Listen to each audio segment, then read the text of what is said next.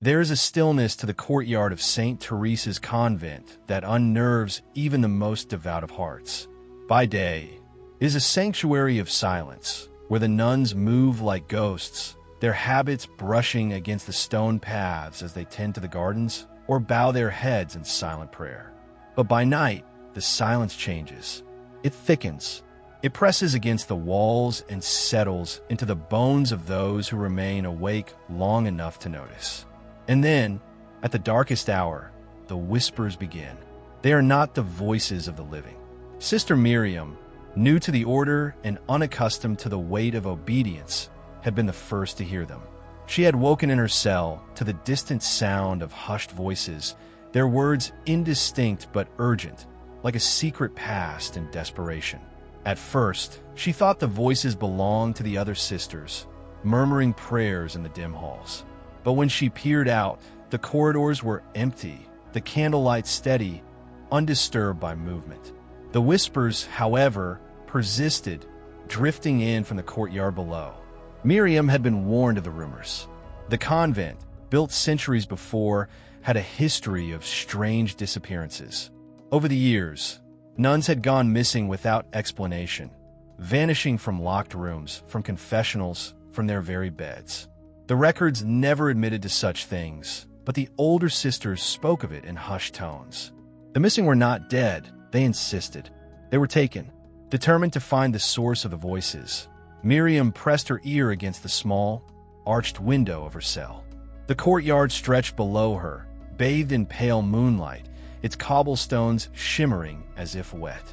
The sound grew clearer, but the words remained impossible to decipher, as though spoken in a language that had been forgotten. Then, suddenly, a figure moved. At first, she thought it was just one of the sisters, perhaps in the grip of sleepwalking. But no, this was different. The figure was standing completely still at the center of the courtyard, its head tilted slightly, as if listening. Even from a distance, Miriam could sense something was wrong. The posture was too rigid, too unnatural. And then, without warning, the figure turned its head sharply toward her window. Miriam gasped and stumbled back. She had seen no face beneath the hood, only darkness, an abyss where features should have been. The whispers grew louder. Her heart hammering, she crawled into bed and pulled the blankets over her head like a child hiding from a nightmare. The voices did not stop, but they did not come closer either. It was as if they were waiting, testing her resolve, teasing her with the knowledge that the convent's silence was not as empty as it seemed. When morning arrived, the courtyard looked the same as always. The nuns gathered for prayer, their faces serene, their hands folded neatly in their laps. No one spoke of the night, of the figure, or the whispers, but Miriam knew they had heard them too. She could see it in their eyes, in the way they avoided looking at the courtyard for too long. And so, the day passed in feigned normalcy, the routines of faith pressing upon her like a comforting lie. But as the sun dipped below the horizon and the convent walls stretched long shadows across the courtyard, Miriam knew the night would come again, and with it the voices. For centuries, the courtyard of St. Teresa's convent had been a place of quiet contemplation, a sanctuary where the nuns could walk in the safety of high stone walls. By daylight, it was a serene garden, its cobblestone paths lined with ivy and small wooden benches worn smooth by time. But when darkness fell, the courtyard belonged to something else. The sisters had an unspoken rule: never step onto the stones after sundown. Sister Miriam, still shaken from the night before, spent the day in anxious silence. She watched the other nuns for any sign that they had heard the whispers too, but their expressions remained composed, their eyes downcast in prayer or lost in quiet chores. Yet something felt off. Every so often, she caught them glancing at her, their gazes fleeting but heavy with meaning. She was certain they knew. Determined to find answers, she sought out Sister Agnes, one of the oldest nuns in the convent. If anyone knew the truth, it was her. Miriam found her in the chapel, kneeling before the altar, her wrinkled hands clasped tightly in devotion. The flickering candlelight cast long shadows across her face, making her look older than she already was. "Sister," Miriam whispered, her voice barely carrying over the hum of distant prayers. "Last night, I heard something in the courtyard." Sister Agnes did not react at first. For a long moment, she remained in prayer, her lips moving soundlessly. Then, without turning, she whispered back, "You must pretend you did not." The response sent a chill through Miriam. "But I saw something," she insisted. "A figure. It was just standing there." At this, Agnes finally turned to look at her. Her pale blue eyes, clouded with age, fixed Miriam with an expression that was equal parts sorrow and warning. "They will know you saw them," she murmured. "And once they know, they do not forget." A sudden gust of wind rattled the stained glass windows, making the candle flame shudder. Sister Agnes's grip on Miriam's wrist tightened, her fingers cold as stone. "You are not the first to hear them," she continued. "You are not the first to see. But if you wish to stay, you must never speak of it again." Miriam pulled away, her pulse racing. This was not a warning of superstition. It was fear, real, lived-in fear, the kind that came from experience. That night, when the bell tolled for final prayers, Miriam hesitated before returning to her cell. The whispers had not come yet, but she could feel them waiting. The weight of unseen eyes pressed against her back, and the courtyard below seemed darker than before. The air was thick, suffocating, as if the very walls of the convent were trying to keep something in. She forced herself to lie down, her hands clutching the rosary at her chest. Sleep did not come easily, and when the whispers finally began, soft, beckoning, just outside her window, she understood Sister Agnes's warning. They knew she had seen them, and now they were waiting. Sister Miriam did not sleep. The whispers outside her window never ceased, only shifting in volume like a tide rolling in and out. They did not speak words she could understand, but their intent was clear. They wanted her to listen. She clutched the rosary tighter, her fingers trembling against the smooth beads. By morning, the voices had retreated, replaced by the usual hum of convent life. The sisters moved through their routines, sweeping the halls, tending the gardens, praying in the chapel. It was as though the night had never happened. But Miriam saw the way some of them moved, too rigid, too careful. They were pretending, just as Sister Agnes had warned her to do, determined to act normal.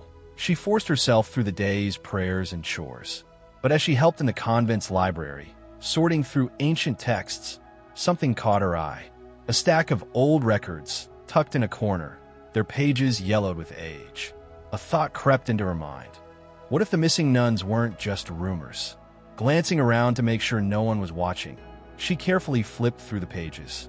The convent kept detailed records of every sister who had ever lived within its walls, where they came from, when they took their vows, the date of their passing. And then she saw something strange. There was a name that had been scratched out. The ink had been violently smeared, but the ghost of the letters remained beneath the damage. Sister Beatrice. No date of death. No departure records. Nothing except a jagged black mark where her name should have been. Miriam's breath caught in her throat. She had never heard of Sister Beatrice. If she had left the convent, there would have been a record of it. If she had died, she would have been buried in the small cemetery behind the chapel. But there was nothing. It was as if she had simply ceased to exist. A sudden chill crawled up her spine. She turned, expecting to find another nun behind her, watching. But the library was empty. The silence pressed down on her, heavier than it should have been. That night, as Miriam lay in her cell, staring at the ceiling, the whispers returned. But this time they were different. Among the hushed murmurs, one word became clear. Beatrice. The name slid through the air like a breath against her ear, so close, so real, that she bolted upright, heart pounding. Someone was in the room with her. Or worse, someone who no longer existed was trying to be found. Sister Miriam did not move. She sat frozen in her small cot, every muscle in her body locked in fear. The name still echoed in her mind, Beatrice. The voice had been real, so close it had felt like breath against her skin. But when she turned to scan the darkness of her cell, she saw nothing.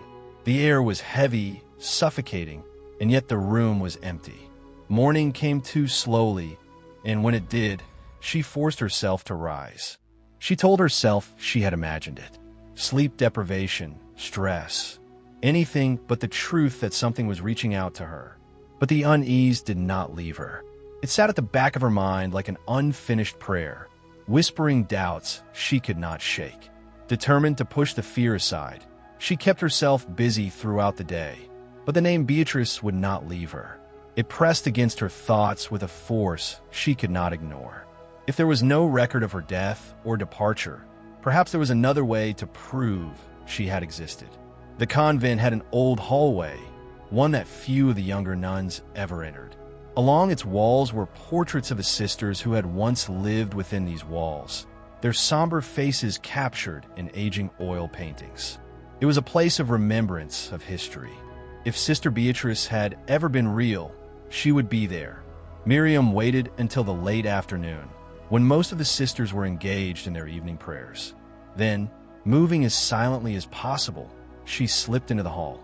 The air was thick with dust and the scent of old wood. The portraits lined the stone walls, each one framed in gold, the names of the sisters inscribed on small metal plaques below. Miriam's fingers trailed over each one as she walked, her eyes scanning the solemn faces. Then she found it. A portrait, just like the others, but different. The plaque beneath it was blank, its name scratched away, just as it had been in the records. But the face in the painting was unmistakable. Sister Beatrice. Miriam's breath hitched as she studied the woman's face. Dark eyes, hollow and sunken, stared back at her. Her lips were pressed into a tight line, her expression unreadable. But the longer Miriam looked, the more she felt a creeping sensation in her chest. Beatrice was looking at her, not in the way paintings often seem to follow a viewer's gaze, but truly looking, seeing. Her eyes held recognition, as if she had been waiting. Then, so slowly that Miriam thought she was imagining it, the lips in the painting began to part. A whisper, dry and rasping, slid into the air. "Find me." Miriam stumbled back, slamming into the opposite wall. The air in the hall grew unbearably cold, the candles flickering wildly in their sconces. She turned to run, but before she could move, a gust of wind, impossible, unnatural, rushed through the corridor. The paintings trembled. The portrait of Sister Beatrice tilted on its nail. And then, with a deafening crack, the frame shattered, and the painting fell to the ground. Miriam stood there, heart pounding, staring at the broken canvas. The image of Sister Beatrice was gone. Only an empty void remained. Sister Miriam did not scream, though every nerve in her body urged her to. Instead, she stared at the ruined painting on the floor, her breath coming in short, shallow gasps. The void where Sister Beatrice's face had been was an unnatural darkness, deeper than the shadows that flickered along the hallway. It was not just an absence of paint, it was an absence of something far more real. She turned sharply, half expecting to see one of the other nuns standing behind her, watching. But the corridor remained empty, the silence thick with an unspoken warning. The only sound was the rhythmic pounding of her own heartbeat, deafening against the oppressive stillness. The shattered frame lay in pieces, jagged edges of wood pointing outward like broken ribs. Miriam hesitated before kneeling to pick up one of the fragments. As her fingers brushed against the surface, she flinched, cold. The wood was freezing, far too cold to have been sitting in the open air of the convent. She needed to leave. Now, Miriam forced herself to move, stepping over the remains of the portrait and hurrying back through the winding hallways of the convent. Every shadow seemed to stretch toward her. Every flickering candle felt like an unblinking eye watching her go. By the time she reached the dormitory wing, her hands were trembling. Sister Agnes was there, kneeling beside her cot in silent prayer. At the sound of Miriam's footsteps, she turned, her expression unreadable. "You saw something," Agnes murmured, not as a question, but as a statement. Miriam hesitated, unsure of how much to reveal. "The portrait," she finally said. "It fell." And when it did, she trailed off, the memory too strange to fully put into words. Agnes studied her for a long moment before nodding. "Come with me," she whispered. Without waiting for a response, She rose to her feet and led Miriam through the convent's winding passages. They moved in silence, their footsteps barely making a sound against the stone floor. Finally, they stopped in front of a heavy wooden door, one Miriam had never seen before. It was old, far older than the rest of the convent. The wood was blackened with age, deep cracks running through its surface like veins. There was no handle, no keyhole. Only a single iron ring bolted into the center. Sister Agnes exhaled slowly, placing a trembling hand against the wood. "This door," she whispered, "should never open." Miriam's skin prickled. "What's behind it?" For a long time, Agnes did not answer. Then, barely above a breath, she said, "A mistake." The air grew heavy, thick with something unseen. Miriam swallowed hard, her fingers clenching into fists at her sides. "Beatrice," she murmured. Agnes' head snapped toward her so suddenly that Miriam took a step back. "You must forget that name." But Miriam could not. The whispers, the void in the painting, the feeling that something had been waiting for her to notice. It was all connected. She could feel it. Then, as if in response to her thoughts, the air shifted. A low creak echoed through the hallway. Miriam's breath caught in her throat as the iron ring on the door twitched. Then, ever so slowly, it began to turn. The iron ring twisted with a slow, deliberate motion, its rusted surface grinding against the ancient wood. The sound slithered through the hallway, a whisper of something old and unrelenting. Sister Miriam stood frozen, her breath caught in her throat as she watched the impossible unfold. Sister Agnes moved first. Without hesitation, she grabbed Miriam's wrist and yanked her backward, her grip ironclad. "We need to go. Now." Her voice was barely above a whisper, but the urgency in it sent a shiver down Miriam's spine. Miriam wanted to run, to listen to the warning in Agnes' eyes, but something held her in place. The air around the door had changed. It felt thicker, charged with something unseen. The shadows along the walls stretched unnaturally, like fingers reaching out. Then came a sound, a single knock, not from her side of the door, but from the other. It was soft, almost polite, as if whoever or whatever was behind the wood wanted to be invited in. Sister Agnes sucked in a sharp breath, her nails digging into Miriam's wrist. "Do not speak. Do not acknowledge it." Her words were firm, desperate. She began to pull Miriam away, but Miriam resisted, her gaze locked on the iron ring. It was still moving. Another knock followed, this time firmer, more insistent. The air grew colder, and a whisper of breath seemed to curl around Miriam's ear, too close. The voice was not clear, only a murmur, but it sent a violent shudder through her body. Sister Agnes was already dragging her down the hallway, her steps quick and silent. "This place is wrong," she hissed. It was never meant to be found. Miriam's heart pounded in her chest as she was pulled around the corner. The moment they turned out of sight, the knocking stopped. But the silence that followed was worse. It was not the absence of noise, but a presence, an awareness pressing against them from the other side of the wall. By the time they reached the dormitory, Sister Agnes finally released her grip. She was breathing hard, her face pale. "You need to forget what you saw tonight," she said, her voice shaking. "Pretend this never happened."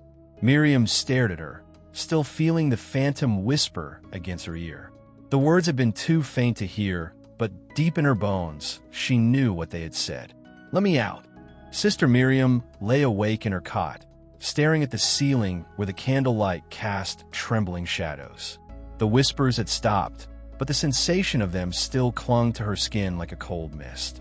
No matter how many prayers she recited in her head, she could not shake the feeling that something on the other side of that door had hurt her. Across the room, Sister Agnes sat upright in bed, her hands folded in silent prayer. Though her lips did not move, Miriam could sense the urgency of her thoughts. Agnes had known about the door, had feared it. But why? What mistake had been sealed away behind it? The dormitory was quieter than usual. The other nuns, normally restless in their sleep, lay unnaturally still.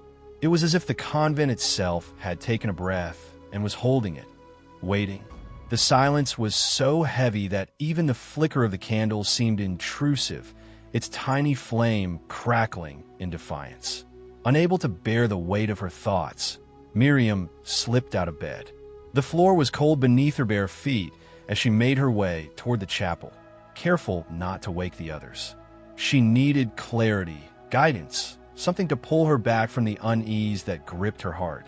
The chapel was empty, save for the ever-burning votive candles that lined the altar. Their glow gave the room a haunting softness, the statues of saints casting long, distorted shadows along the walls. Miriam knelt before them, clasping her hands together. "Lord, deliver me from fear," she whispered, her voice barely audible over the steady crackle of the flames. But even as she prayed, the feeling did not leave her. It had settled in her bones, deep and inescapable. Then a sound, a breath, soft, deliberate. Miriam froze, every muscle in her body locking into place. It had come from behind her, near the doorway. Slowly, she turned her head, expecting to see Sister Agnes or perhaps one of the other nuns.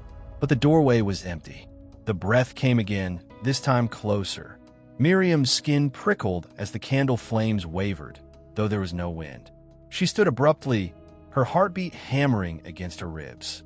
Something was in the chapel with her, something unseen. She took a slow step backward, her gaze darting to the altar. The saint's statues, so familiar and comforting in the daylight, now seemed different. Their expressions, once serene, were unreadable in the flickering light. For the first time, she had the uncanny sensation that they were watching. Then, without warning, the candles went out. Darkness swallowed the chapel, and in that suffocating blackness, Miriam heard it. A whisper, no longer faint, clear, deliberate, and right beside her ear. "Miriam!" Darkness pressed in on Sister Miriam like a weight, thick and smothering. The whisper that had spoken her name still echoed in her ears, even as silence settled around her once more. Every instinct in her body screamed for her to run, to flee the chapel and never look back. But she couldn't move. Her body remained frozen, caught between fear and the terrible certainty that something stood beside her in the pitch black. Her breath came in short, shallow gasps. She squeezed her eyes shut, muttering a prayer under her breath. But the words trembled on her tongue, hollow and powerless. Then movement, a slow shift of air, the subtle displacement of space. Something unseen was moving in the darkness. It was not hurried, not aggressive, but deliberate. It knew she was there.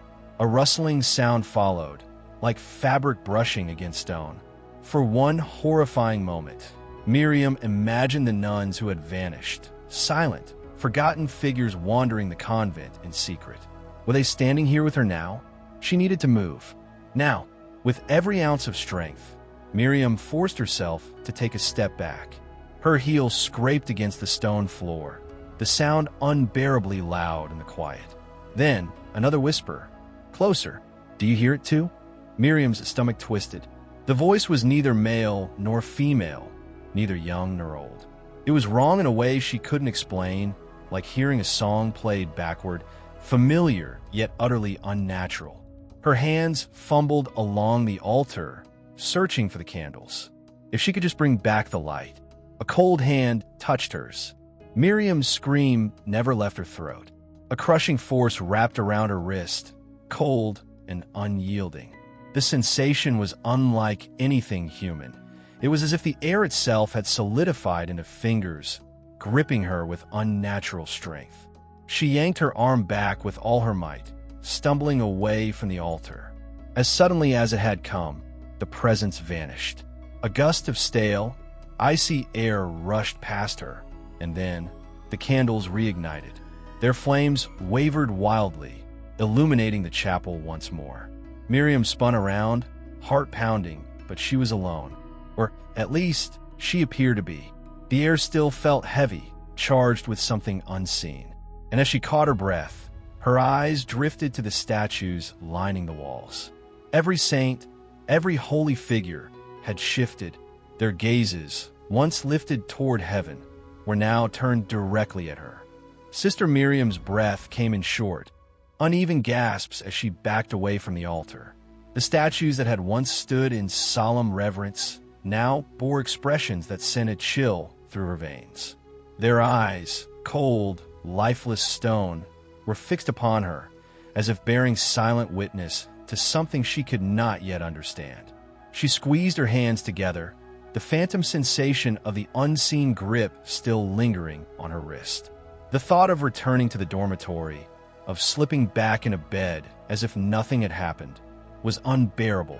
How could she close her eyes knowing that something had been there, something that knew her name? The hallway outside the chapel was empty, its long stone corridor stretching into the distance, shrouded in an unnatural hush.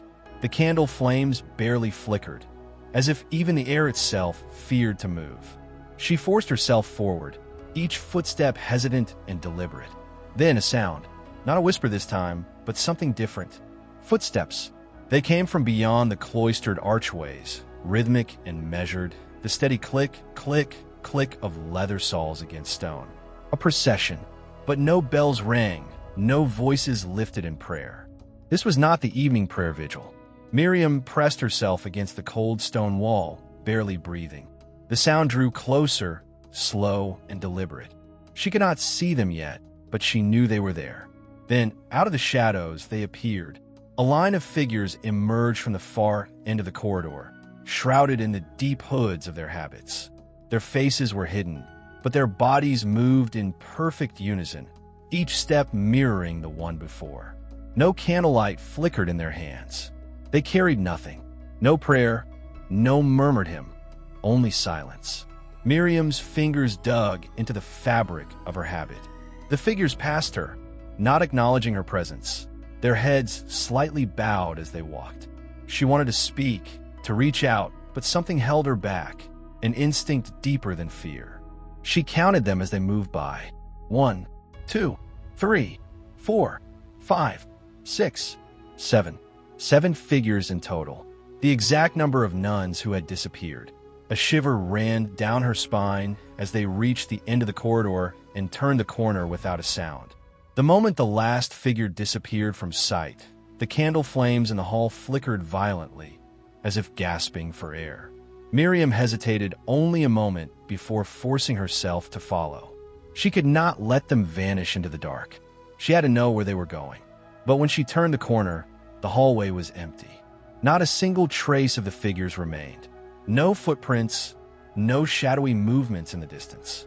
Only the long stretch of an abandoned convent corridor, silent as a tomb. Sister Miriam stood frozen at the threshold of the empty corridor, her heart pounding in her chest. She knew what she had seen. The silent procession of hooded figures had passed mere moments ago, and yet there was no trace of them. No lingering footsteps, no whisper of fabric shifting against stone. Only the hollow vastness of the convent's ancient halls, stretching ahead like an open mouth waiting to consume her. A bitter chill crawled up her spine, an awareness that she was no longer merely an observer. She was being watched. The candle flames trembled as she stepped forward, her breath shallow and uneven. The air was thick, charged with something unseen, something that lingered just beyond her reach. She hesitated at the junction where the figures had turned, pressing her palm against the cold stone wall for reassurance. A distant sound, faint at first, like wind seeping through old cracks, but growing louder, an overlapping murmur of voices, whispering words she could not decipher. It was as if the very walls were speaking, reciting prayers long forgotten or warnings meant only for those who dared to listen. Miriam took another step. The voices grew sharper. Then, from somewhere deep within the convent, she heard it. A single hollow knock. She inhaled sharply, the sound sending a pulse of dread through her body. It had come from behind one of the heavy wooden doors that lined the corridor. The cells where the nuns slept. Another knock. This time it was closer. She turned, scanning the doors, her fingers tightening into fists. The silence between the knocks was unbearable, stretched to a breaking point that made her muscles tense in anticipation. Then, the third knock, right behind her. Miriam spun around, her back pressing into the opposite wall. The door before her remained shut, the iron handle still and untouched. But she could feel it, a presence, something waiting just beyond the threshold. Summoning every ounce of courage, she reached out, fingers trembling, and grasped the handle. The metal was ice-cold beneath her touch, as if it had not been warmed by human hands in years. She turned it. The door creaked open an inch, revealing only darkness. But as she peered inside, her breath caught in her throat. The bed was empty. The room was abandoned. But the scent of lavender and burning wax lingered in the air, and on the pillow, the faintest indent remained, as if someone had just been lying there. And then, just as she realized the implications of what she was seeing, the door slammed shut with a force that sent her stumbling backward. The whispers that had filled the hallway ceased. Only one word remained, breathed from the other side of the door in a voice barely louder than the wind. "Run!" Sister Miriam stood paralyzed in the dim corridor, the whispered command, "Run!" still reverberating through her bones. Her fingers tingled from the shock of the door, slamming shut, as if the very wood had recoiled at her touch. The silence that followed was even worse than the whispers. It was a silence that listened. She wanted to obey, to turn and flee to the safety of her cell, but a deep and terrible certainty held her in place. There was no safety here. Whatever had been waiting behind that door knew she had come too close. The candlelight overhead flickered violently, as though something unseen had brushed past the flames. The shadows along the walls twisted, stretching unnaturally. She clenched her hands into fists, nails biting into her palms to keep herself from shaking. She was not alone in the corridor. A soft rustling sound broke the silence. It came from ahead, near the hallway's end, where a large arched doorway led into the convent courtyard. The sound was unmistakable, the dragging of fabric across stone. Miriam took a cautious step forward, her breath tight in her throat. The rustling continued, slow and deliberate. Then, just as she reached the archway, a figure emerged from the darkness beyond. It was a nun, but something was wrong. Her veil was torn, hanging in tattered strips around her face. Her habit was dirt-streaked and frayed, the hem dragging behind her. Miriam opened her mouth to speak, but the words caught in her throat when the figure lifted her head. There was no face beneath the veil. Where skin and features should have been, there was only a void, an empty expanse of shadow, swirling and shifting like smoke trapped beneath fabric. Miriam's scream died before it could escape. The faceless nun took a step toward her, the rustling of fabric now a sickening whisper against the stone floor. Miriam stumbled backward, her heel catching on the uneven stone. Her body tilted, and she braced for impact, but before she could hit the ground, the figure moved. Not in a natural way, not the way flesh and bone should move. It blurred, shifting through the air like a ripple in water, reappearing just inches from her. Cold fingers brushed against Miriam's wrist. She jerked away, her skin burning where the touch had lingered, though no mark was visible. The nun's faceless head tilted, as if studying her. Then a whisper, low and breathless, escaped from the void beneath the veil. "You see us now." A wave of nausea crashed over Miriam as a terrible truth settled deep in her bones. Whatever haunted these halls had noticed her before, but now it recognized her. She was no longer just a witness. She was marked. The moment the whisper left the faceless nun's veil, Sister Miriam felt the weight of something pressing against her chest, as though unseen hands were gripping her ribs. The air thickened, her lungs refusing to fully expand, her vision darkening at the edges. The temperature in the corridor plummeted, and a deep, aching cold spread through her veins. She staggered backward, breaking the terrible stillness between them. The faceless figure remained unmoving, her presence stretching into the air like a wound in reality itself. Then, with the slow, deliberate motion of a marionette controlled by an unseen puppeteer, the nun lifted her hand and pointed to the arched doorway that led into the courtyard. Miriam followed the direction of the gesture with her eyes. Beyond the archway, The convent's courtyard lay drenched in moonlight, its ancient stones glowing pale under the night sky. The flickering torches lining the stone walls barely illuminated the far end, where the shadows clung unnaturally thick. A sensation prickled at the back of Miriam's mind, an instinct deeper than fear. Whatever was waiting in the courtyard was worse than the faceless nun. And yet, the weight of unseen forces compelled her forward. Her steps were slow, deliberate. The hem of her habit brushed against the stone as she crossed the threshold into the open air. Behind her, she sensed the faceless nun lowering her arm, retreating into the darkness of the hall, as if her purpose had been fulfilled. Miriam was alone. The courtyard felt vast, impossibly large compared to how she remembered it in daylight. The silence stretched unnaturally, each footstep echoing in ways that defied the open space. Then, faintly, a sound reached her ears, an eerie, rhythmic scratching, like nails dragging against stone. Her gaze shifted to the ground. In the moon's dim glow, she saw it. Names. Dozens, maybe hundreds of names, carved into the courtyard stones. The inscriptions wove intricate patterns, some overlapping as if someone had tried to erase and replace them. Some had been scratched out violently, gouged so deep into the rock that the stone itself had cracked. But one name stood out. It was at the center of the courtyard, untouched by the overlapping scrawls, fresh as though it had been carved only moments ago. Miriam's breath hitched in her throat as she read it. It was her own name. A gust of wind surged through the courtyard, carrying with it a faint chorus of whispers. The voices were pleading, desperate, though she could not discern the words. They weaved through her mind like threads unraveling a terrible secret. And then, suddenly, the meaning of the carvings became clear. They were not names of the living. They were records of the lost. Every nun who had vanished from the convent. Every sister whose absence had been dismissed as a quiet departure or a personal calling had been marked here, their names etched into the stone like a burial list without bodies. And now, Miriam's name had been added. A shudder racked her body. She had not disappeared. Not yet, but something had already decided that she would.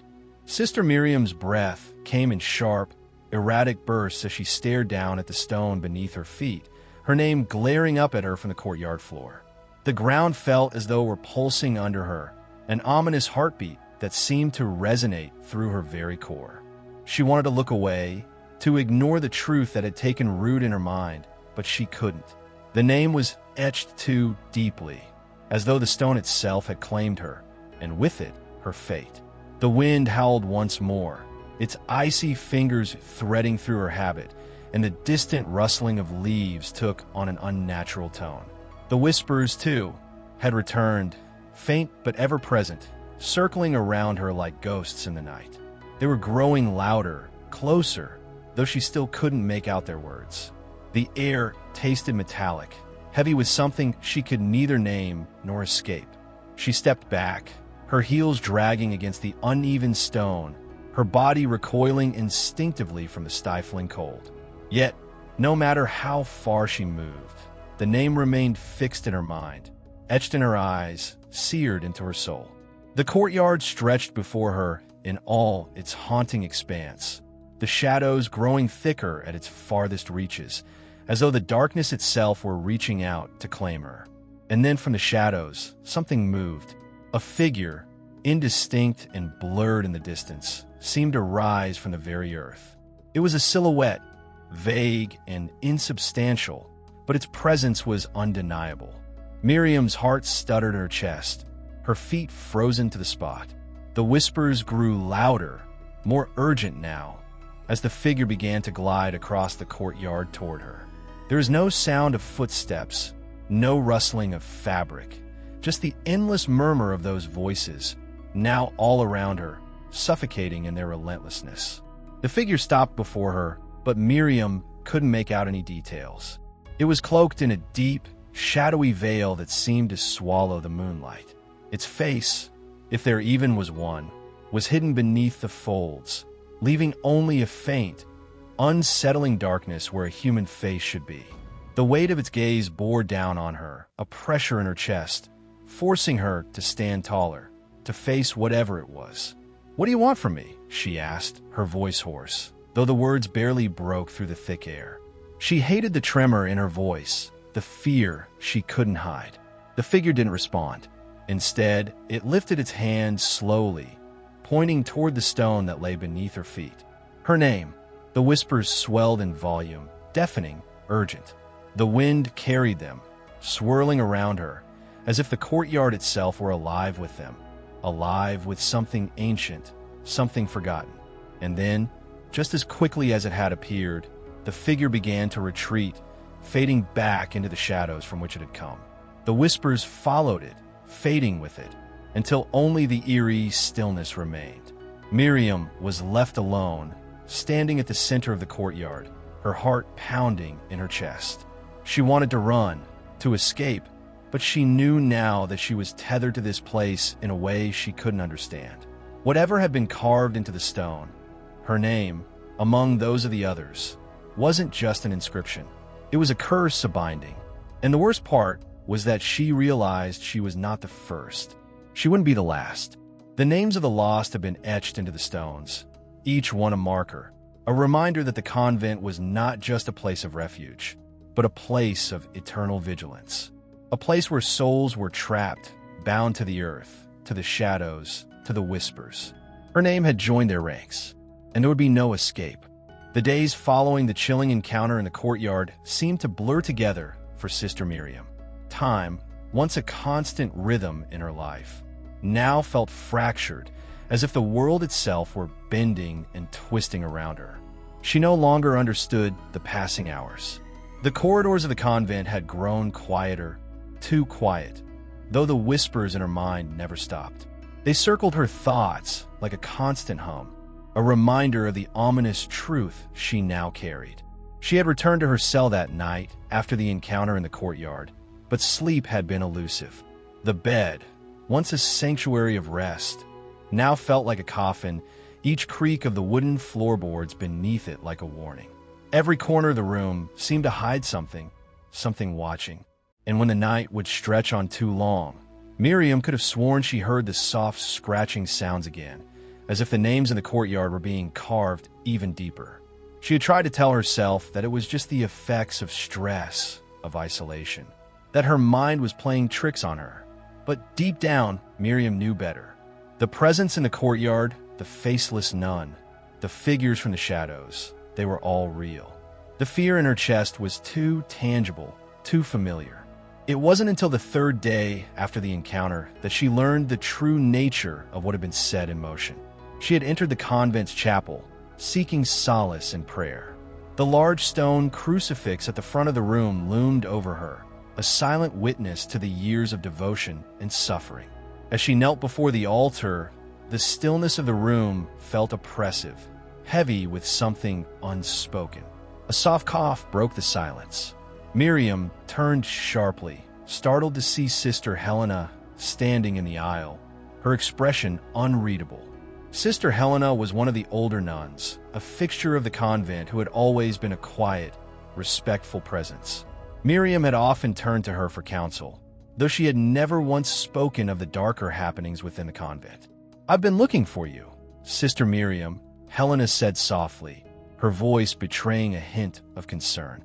There was something in her eyes, a sadness, a knowledge that made Miriam's skin prickle.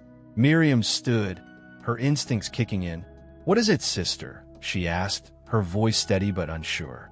She had a sinking feeling in her stomach that something was about to unfold, something she wasn't prepared for.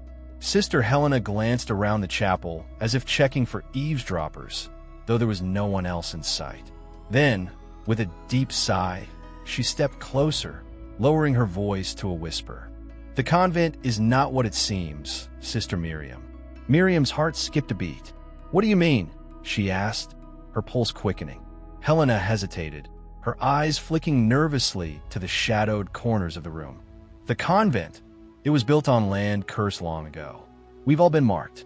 Every sister who enters, every nun who takes her vows here, becomes part of something much older, much darker than any of us realize." Miriam's breath caught in her throat. "Marked." Helena nodded slowly. "The names in the courtyard, the ones you saw, they're not just the names of the missing. They're the names of those who have become part of the land itself. Their souls are bound here." The convent was founded as a sanctuary, but in truth, it was a trap. A cold shiver ran through Miriam's spine as she digested Helena's words. A trap. Helena nodded again. There was an old pact made long ago, a bargain sealed with the land itself, with forces we could never understand. The nuns who disappear, they don't leave. They stay here, their souls bound to the earth, tied to the names carved into the stones.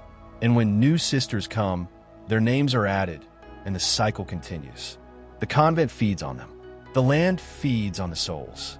Miriam took a step back, her breath shallow. She had suspected something was wrong, but the reality of it was more terrible than she could have imagined. "And what about me? What happens to me?" Helena's eyes darkened, and for the first time, Miriam saw a flicker of true fear in her face. "You've been marked, sister. The moment your name was carved into the stone, you became part of the land's bargain. You will never leave. You will never escape. The convent won't let you." Miriam's mind reeled. The weight of Helena's words settled into her like a physical presence. The whispers she had heard, the sensation of being watched, it was all true, and now she understood that she was no longer a mere observer. She was a participant in a ritual that had been unfolding for centuries. "There is no escape," Helena murmured, her voice breaking. "The only way out is to make the same pact. Offer yourself to the land. Give up your soul." The air in the chapel felt suffocating, the weight of the revelation pressing down on Miriam's chest. There were no choices left. The land had claimed her, and now it would never release her. She wasn't just a nun at the convent. She was part of the story, an unwilling character trapped in a nightmare with no end. The land had been waiting for her, waiting for every new soul. But now that she knew, now that the veil had been lifted, Miriam understood one terrifying truth. The convent was not a place of refuge. It was a prison built to entrap the very souls it was meant to protect. The weight of Sister Helena's revelation hung heavily over Miriam, like an invisible shroud that smothered her every breath. Every corner of the convent now felt different, and the once innocent sound of the wind rustling through the trees felt like a mournful cry. What had seemed like a peaceful sanctuary, a place of prayer and reflection, was now a tomb for souls long forgotten by the outside world. Miriam tried to tell herself that she was simply overwhelmed by the truth, that it was the shock of the moment that clouded her mind. But deep down, she knew the truth had always been there, lurking beneath the surface. She had heard the whispers for years, the soft, unintelligible murmurs that seemed to emanate from the very walls of the convent.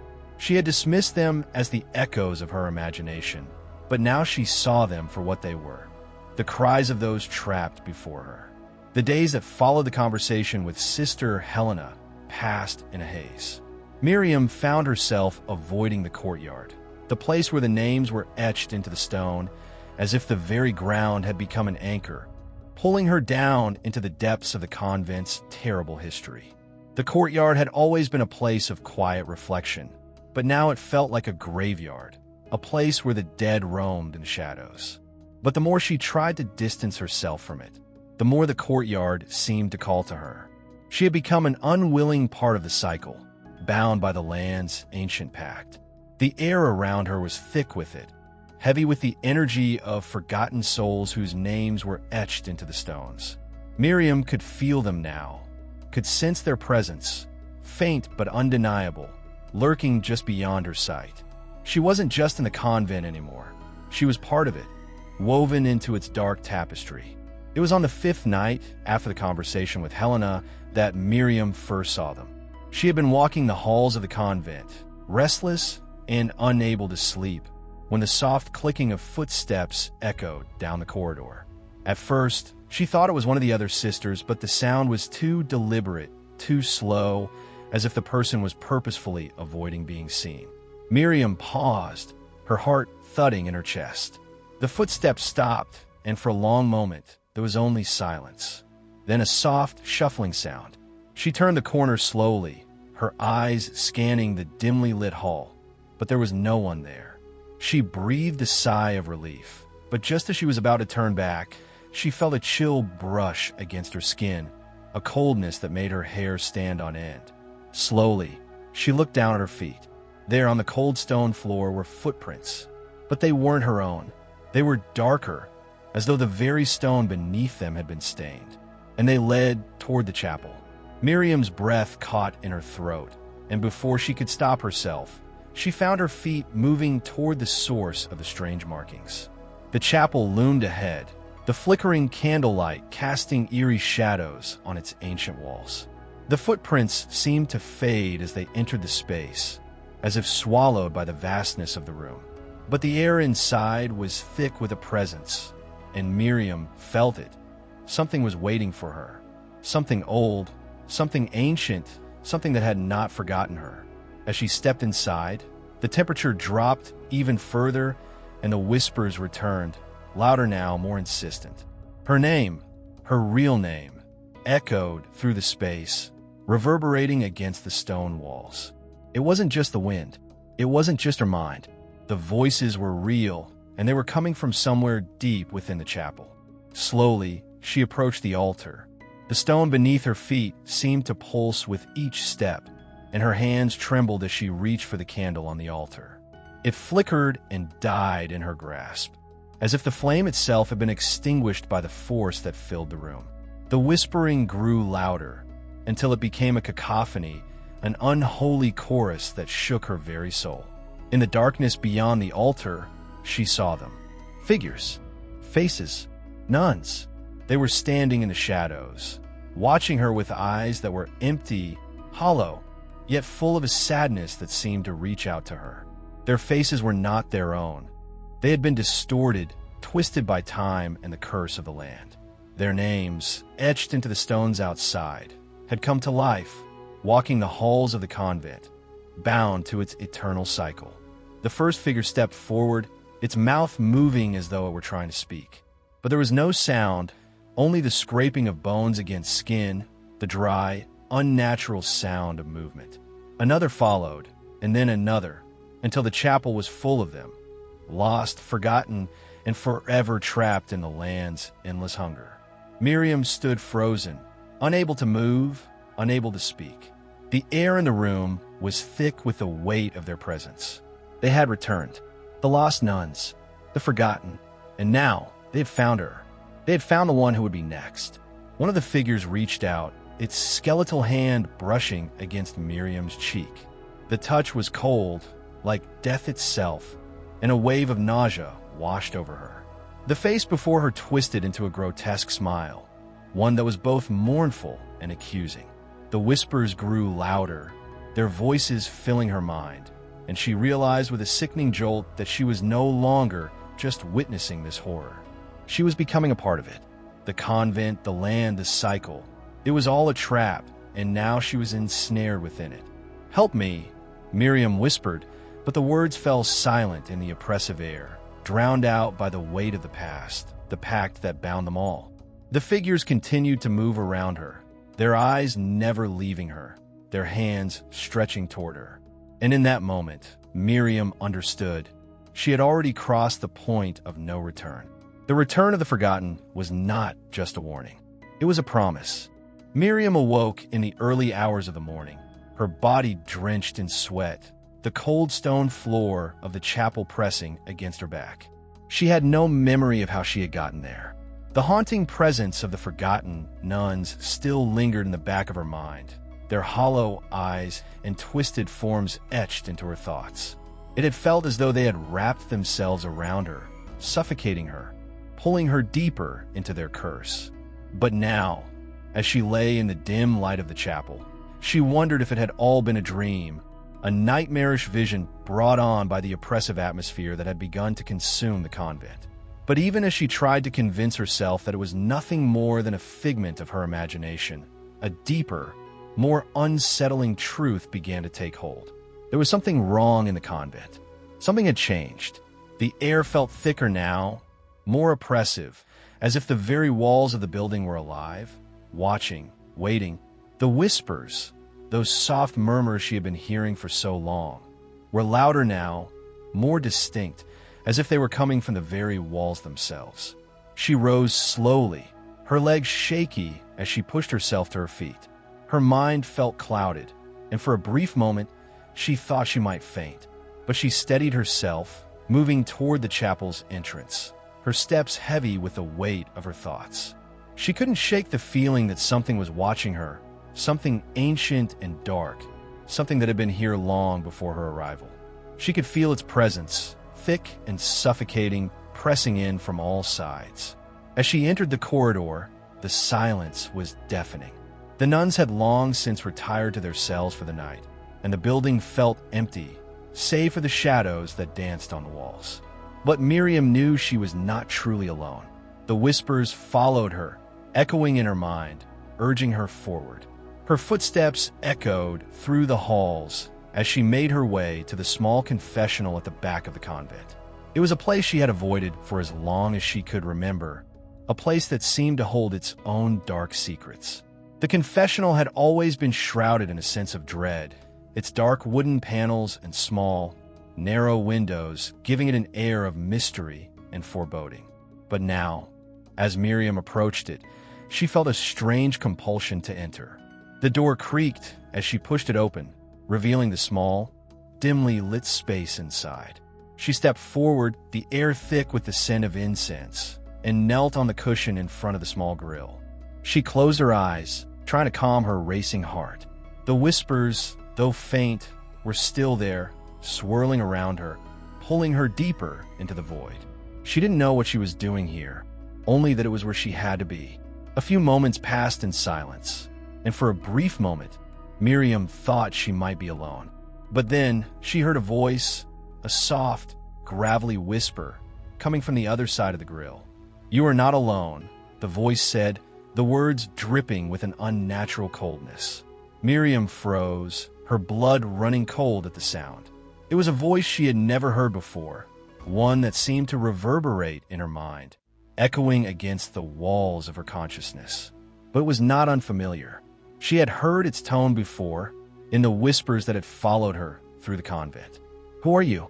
Miriam asked, her voice trembling as she spoke, though she could not bring herself to look at the figure on the other side of the grill. The voice laughed softly, a sound that sent chills down her spine. "You know who I am," it replied. "I'm the one who has always been with you, the one who has watched you from the moment you arrived, the one who has been waiting for you to finally see the truth." Miriam's heart pounded in her chest as she struggled to comprehend what was happening. The voice, it was the same as the one she had heard in the chapel, the one that had whispered her name. It was the voice of a land, the voice of the curse that had bound the convent for centuries. "You are part of it now," the voice continued, growing louder, more insistent. "You are part of the cycle, just as they were, just as she was." Miriam's breath caught in her throat as the words sank in. She had always felt something pulling at her, something drawing her closer to the heart of the convent, but she had never fully understood what it was. Now, in this moment, it became clear. She was not just a visitor in this place. She was a part of it, a part of its history, a part of its curse. The confessional door behind her creaked open, and Miriam turned to find Sister Helena standing in the doorway, her face pale, her eyes filled with an unreadable expression. For a moment, neither of them spoke, but the air between them crackled with an undeniable tension. "Do you hear it?" Sister Helena asked softly, her voice barely more than a whisper. Miriam nodded, her eyes wide with fear. "I hear it. I hear them all." Sister Helena's gaze hardened, and she stepped forward, her hand resting on Miriam's shoulder. "It is not too late to leave," she said, her voice low and urgent. "But you must choose now. The land will not wait much longer." Miriam's heart skipped a beat. The land was calling to her. She had been drawn here for a reason. But could she leave? Could she truly walk away from everything she had known? "I can't," Miriam whispered. "I can't leave them. I can't leave them behind." Sister Helena's eyes softened, but her expression remained serious. "Then you must understand what it means to belong here," she said quietly. You must accept the truth of what you have become. Miriam's mind reeled as the weight of Helena's words settled over her like a shroud. The truth that had eluded her for so long. She had become part of the cycle. The forgotten nuns, the lost souls, they were all a part of her now. The convent was no longer a place of refuge. It was a prison, and she was its newest inmate.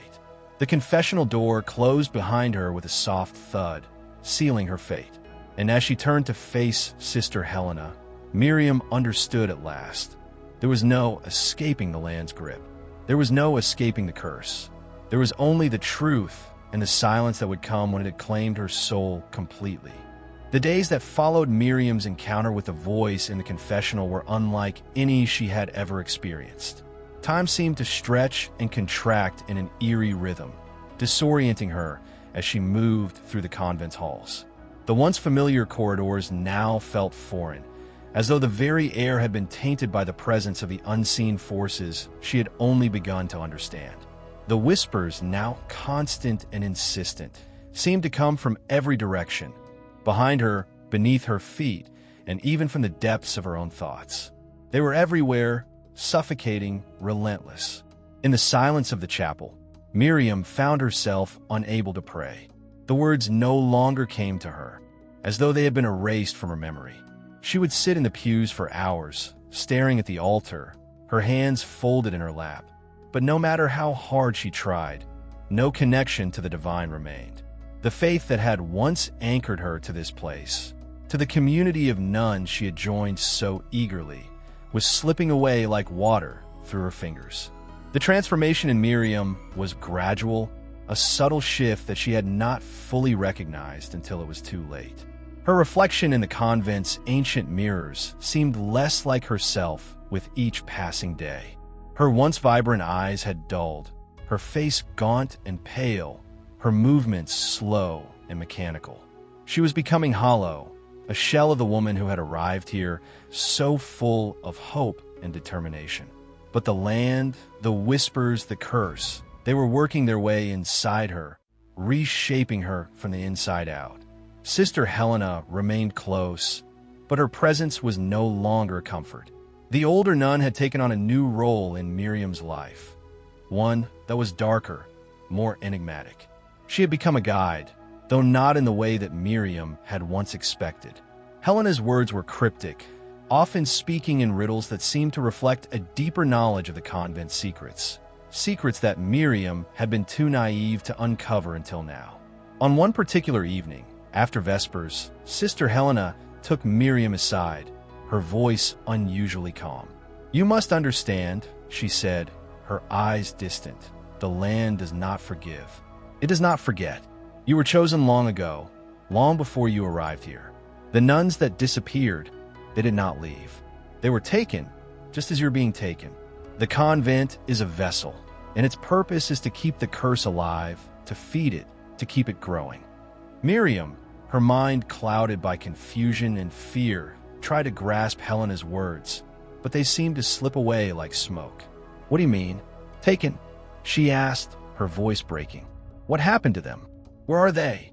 Helena hesitated, her lips tightening into a thin line. "They are here, Miriam. They're all around you. They're in the walls, in the shadows, in the very soil beneath our feet.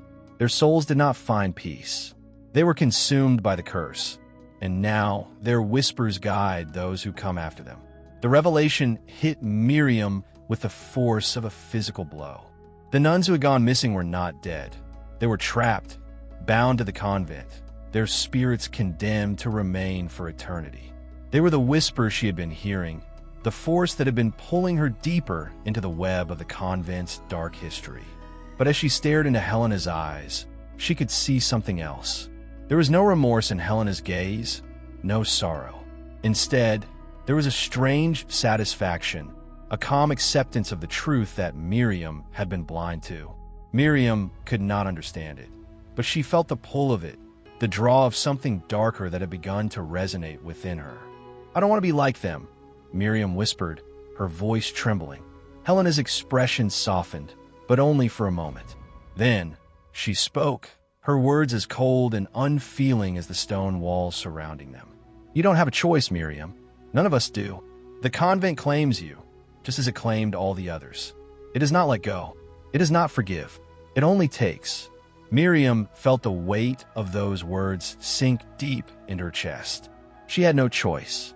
She had come here seeking answers, seeking refuge from a life she could no longer understand.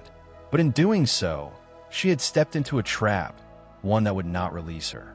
The whispers would not let her go. The land would not release its grip. And now, the curse had become a part of her. Over the next few days, Miriam's connection to the world outside the convent continued to fray. The once beautiful courtyard that had drawn her to this place now felt like a prison. The sun no longer seemed to shine through the trees with warmth. Instead, it cast long, dark shadows across the ground, as though the very light was afraid to touch the earth. The flowers that once bloomed brightly now wilted, their petals turning black as if poisoned by the very soil they grew from. It was in the courtyard, one afternoon, that Miriam made a decision. The land had claimed her, as she could feel its power coursing through her veins, its darkness filling every corner of her mind. She would stop resisting it. There was no point in fighting. The convent had been her sanctuary, her refuge, but it was also her tomb. And in that tomb, she would be reborn. The transformation was not instantaneous. It took time, as all things in the convent did. But gradually, Miriam found herself growing more attuned to the whispers, more in tune with the land's dark rhythm. The voices that had once terrified her now seemed comforting, soothing, as if they were speaking directly to her soul. The curse had found its new vessel, and Miriam had willingly offered herself to it. Sister Helena, watching from the shadows, did not speak, but there was no need. She knew. The land had claimed Miriam, just as it had claimed all the others before her. It was a cycle that would never end, a cycle that would continue to feed on the souls of those who dared to enter the convent walls. Miriam was no longer the woman who had entered the convent in search of solace. She had become something else, something more ancient, more powerful, and more terrifying. The convent's curse had taken root in her, and now, like the forgotten nuns before her, she was a part of the land. And like the land, she would never be free. As the evening sun dipped below the horizon, Miriam stood alone in the courtyard, her eyes reflecting the darkness that had consumed her. The land had won, and there would be no salvation, no redemption, only silence, and the whispers which would never cease. In the days following Miriam's final acceptance of the land's curse, the convent grew more suffocating. The once still air seemed thick with a heaviness that even the slightest breath struggled to move. The nuns continued their routines, their faces pale, their movements slow, as if they were not just performing daily rituals, but actively resisting the pull of something much greater than themselves. Yet, there was no resisting it. The land had been patient, waiting for the right moment to consume them all. Miriam's transformation had not gone unnoticed, although no one dared speak of it directly. It was as if the convent itself had absorbed the change, shifting in response to her new, darker presence. Her eyes, once filled with light, were now vacant and cold, reflecting the same depth of emptiness that could be found in the very ground beneath them. But the most alarming change was not in her appearance. It was in the silence she brought with her. The whispers, which had plagued the nuns for so long, now seemed to gravitate towards Miriam. They followed her, surrounding her in an eerie symphony that no one else could hear. And yet, they could feel it, the shift in the atmosphere, the dark energy that had taken hold of their sister. Sister Helena had been the first to acknowledge this shift. She watched Miriam closely, as though trying to decipher the new power that emanated from her. But she said nothing. She understood too well that Miriam had crossed a threshold. There was no going back from it now. As the days passed, Miriam became more distant, her presence almost spectral as she roamed the convent grounds.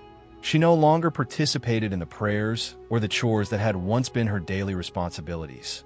Instead, she wandered the courtyard, staring out at the barren landscape with a look of understanding, one that no one else could fathom.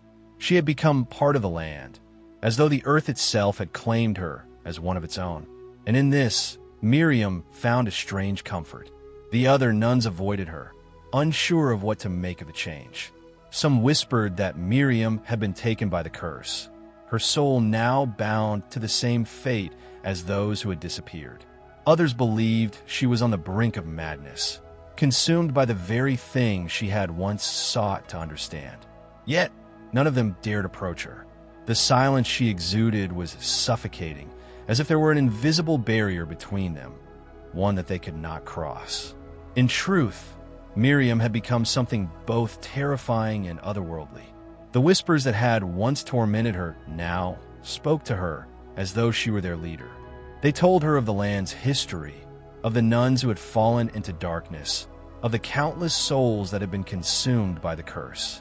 And with every passing day, Miriam grew more attuned to these secrets, more connected to the earth that surrounded her. It was as if the land itself had been speaking to her, teaching her how to survive in a world that no longer understood her. The courtyard, once a place of solitude and reflection, had become Miriam's sanctuary. She spent hours there, her back pressed against the stone wall of the convent, her hands resting on the cold earth. She could feel the pulse of the land beneath her, a rhythmic thrum that seemed to vibrate through her very bones. And as she sat there, the whispers would swirl around her, their voices a constant presence that only she could comprehend. It was here, in this place of isolation, that Miriam experienced the final unraveling. One evening, as the sun dipped below the horizon, casting the courtyard into shadow, she heard a voice, one that was not a whisper but a command. It came from the very ground beneath her, a voice so deep and ancient that it seemed to shake the air itself. "Come," it said, a single word that vibrated through her chest. "Come deeper." For the first time since arriving at the convent, Miriam hesitated. The voice was not like the whispers she had come to know. It was something else, something older, something far more powerful. And yet, it was irresistible. She felt it in her gut, in the marrow of her bones, urging her forward, urging her to give in. With a final glance at the convent behind her, Miriam stood up and stepped toward the center of the courtyard. The earth beneath her feet seemed to hum, and as she took each step, the ground itself seemed to shift, as if responding to her presence. It was not a natural movement. There was something unnatural about it, something that felt as though the earth were alive, conscious, and aware of her every move. At the center of the courtyard stood an ancient well, a relic of a time long past. Miriam had always avoided it, sensing an unease around its crumbling stone walls. But now, the well seemed to call to her, its depths beckoning her like the maw of some great, unknowable beast. The whispers were louder here, their voices growing frantic, as though they were warning her to stay away. But it was too late. Miriam's feet carried her to the well's edge, her hands reaching out to touch the cold stone. As her fingers made contact with the surface, she felt a surge of energy course through her, sharp and electric, like a bolt of lightning racing through her veins. The world around her blurred, and for a moment, she felt as though she were no longer in the convent at all, but somewhere else, somewhere ancient, buried deep within the earth. The voice, now unmistakably familiar, echoed through her mind once again, louder this time. "You have come," it said, its tone both welcoming and terrifying. "Now, you will see what lies beneath." In that moment, Miriam understood. The convent had always been more than a place of worship. It had been a prison, a vessel for something far darker. And the well was not just a source of water. It was a gateway, a threshold between the living and the dead. The curse had never truly been about the land. It had always been about the well. Miriam stood at the edge, her mind spinning with the weight of the revelation. The land had not just claimed her. It had claimed them all, the nuns, the lost souls who had vanished without a trace. The convent was not just a sanctuary. It was a tomb, one that kept the dead from rising, a place where the earth itself bound them in eternal silence. And now, Miriam realized the silence was hers to command. As she leaned closer to the well, her reflection staring back at her from the dark water below, she felt a strange peace settle over her. The whispers had stopped. For the first time since arriving, she was truly alone. And it was in that solitude, in that absolute stillness, that she understood what she had become. She had become one with the land, one with the curse, and there was no turning back. The earth was her home now, and the convent, its walls and the whispers, all of it, was hers to rule. The days following Miriam's descent into the well were uneventful, but there was a growing unease among the nuns. The quiet that had settled over the convent was no longer peaceful. It was oppressive, a heavy cloak that suffocated the life from the very air they breathed. No one had seen Miriam since that fateful night, but her presence lingered in every corner, in every shadow, as if she were watching from some hidden vantage point. The land seemed to hold its breath, waiting for something to happen, something they all knew was inevitable. Sister Helena, who had once been the most vocal in her suspicions, now found herself slipping into a kind of resignation. The whispers had stopped entirely, something that would have been comforting had it not been for the overwhelming stillness that replaced them. It was as though the convent itself had stopped existing in the world of the living. No sounds came from the chapel, no echoes of footsteps from the halls. The place had become a mausoleum, silent and lifeless. Even the trees in the courtyard, once swaying in the gentle breeze, stood rigid and unmoving, like sentinels keeping watch over a forgotten graveyard. Despite the absence of Miriam, the nuns could not shake the feeling that she was still there, lingering just out of sight. It was as though the land had absorbed her essence, transforming her into something both part of and beyond the physical realm. Her absence only made her presence more profound, and in the growing tension that permeated the convent, a deep and unsettling fear began to take root in each of them. They had been warned about the land's curse, but no one had ever truly understood it, until now. The older nuns, those who had served at the convent the longest, were the first to recall the old tales. They spoke in hushed voices of nuns long since lost, of those who had disappeared without a trace, their bodies never found, their names never spoken again.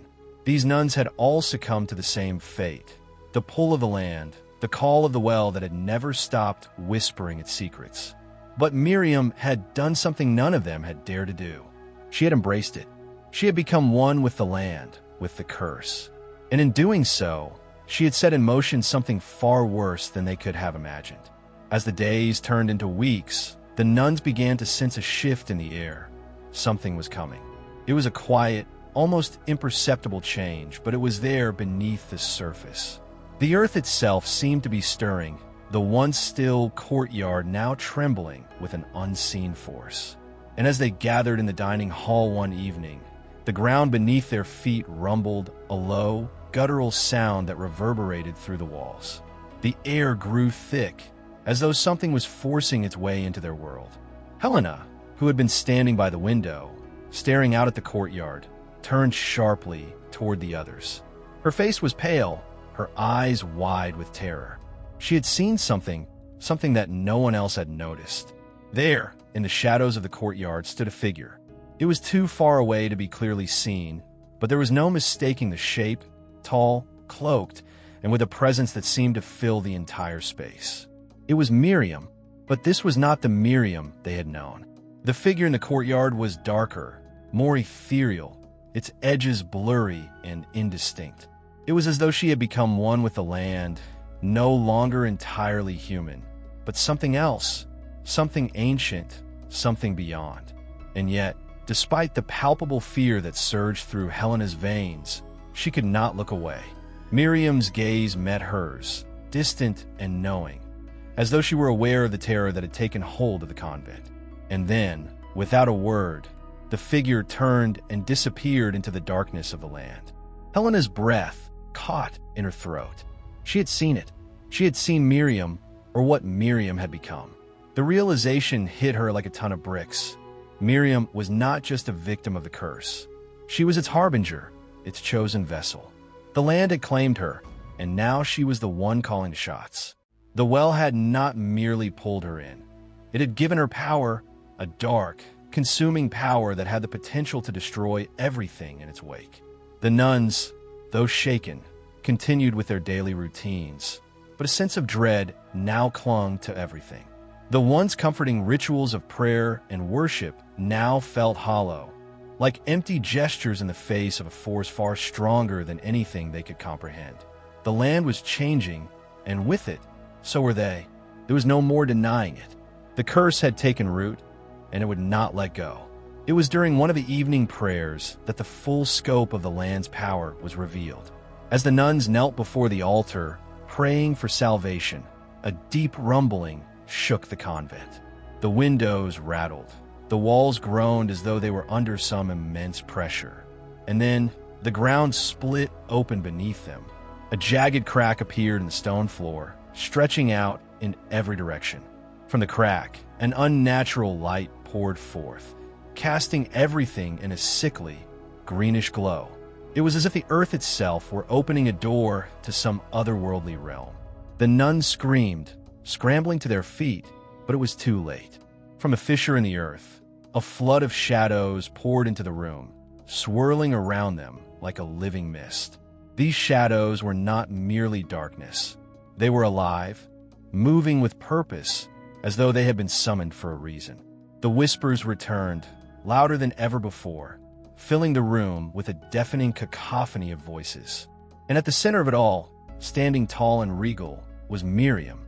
Her eyes glowed with an otherworldly light, and her once pale skin now shimmered with a faint, eerie radiance. She was no longer the Miriam they had known.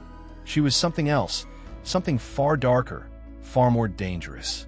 The nuns backed away, terror-stricken, but they could not escape. The shadows closed in around them, tightening like a noose. Miriam spoke, her voice resonating with an unnatural power. "You have all been chosen," she said, her tone both cold and commanding. "The land has spoken, and now it will be your turn to listen." And in that moment, the full extent of the curse became clear. It was not just a curse of death.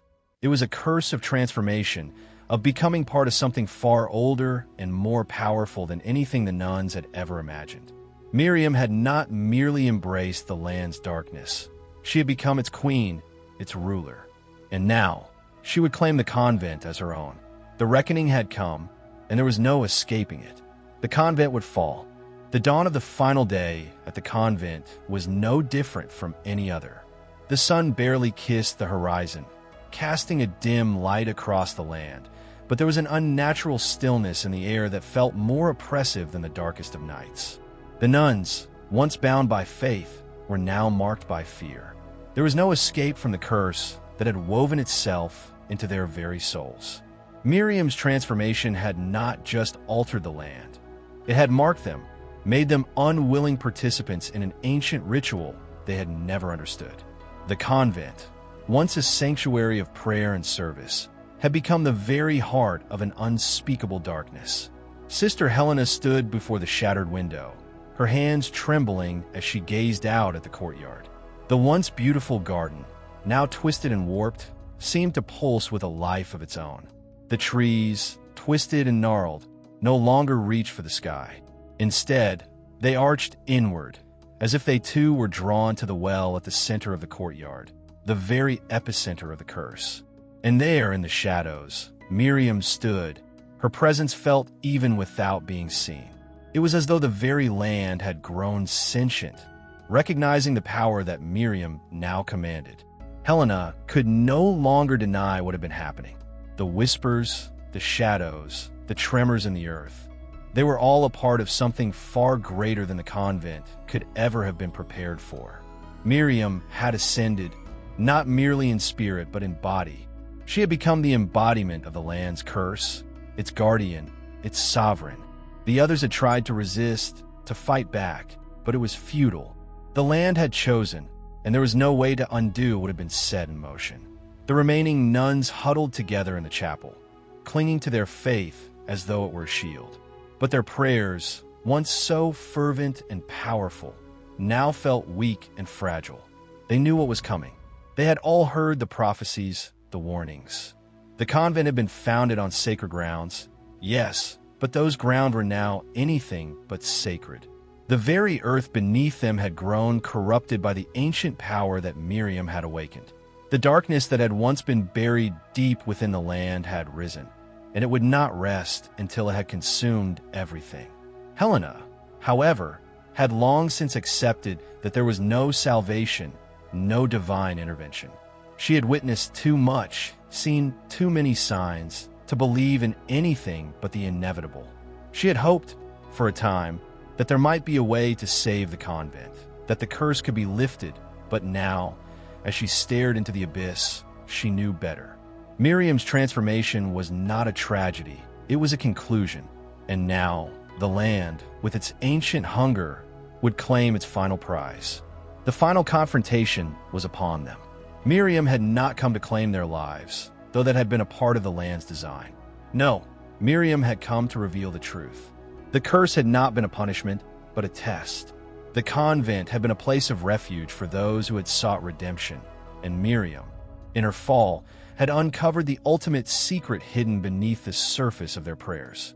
The land, it seemed, was not cursed. It was alive, it was conscious, and it had chosen Miriam as its instrument of transformation. And now, with her as its vessel, the land sought to create a new order, one that would bring forth a new era of darkness, a new kingdom where the dead and the living would be one. The nuns had never understood the true nature of their sanctuary. They had believed it to be a place of peace, a place where they could escape the horrors of the outside world. But in reality, they had been prisoners all along, trapped by the land, by the very earth that had nurtured their faith. And now, as they knelt in the chapel, awaiting the final judgment, they realized the terrible truth. They had never been free. Helena was the first to rise, her face streaked with tears, her hands trembling. She had been prepared for this moment, for this final revelation, but it did nothing to prepare her for the agony of seeing her sisters fall one by one, consumed by the darkness.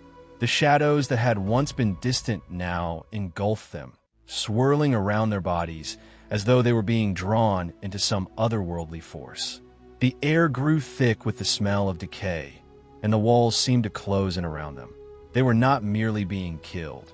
They were being transformed, becoming part of the land's endless hunger. Miriam's figure emerged from the courtyard, now a towering presence of ethereal energy. Her once angelic features were twisted, her eyes glowing with an unearthly light. She was no longer just a nun, nor was she simply a creature of the land. She was both and neither. She was the keeper of the threshold, the guardian of the final veil. The land had claimed her, and in return, she had brought them all to the brink of oblivion.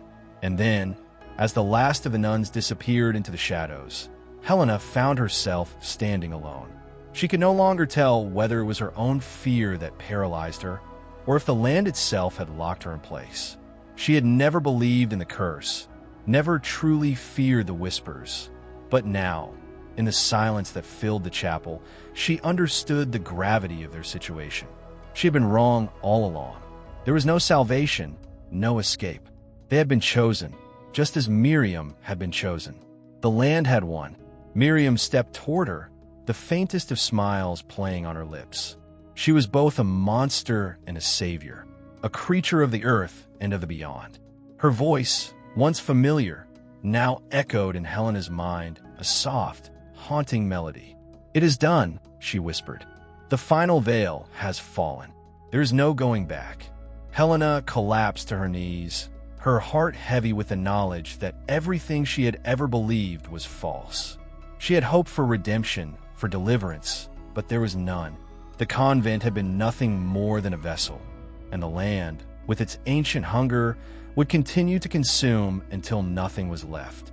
The curse had not only claimed their lives, it had claimed their souls.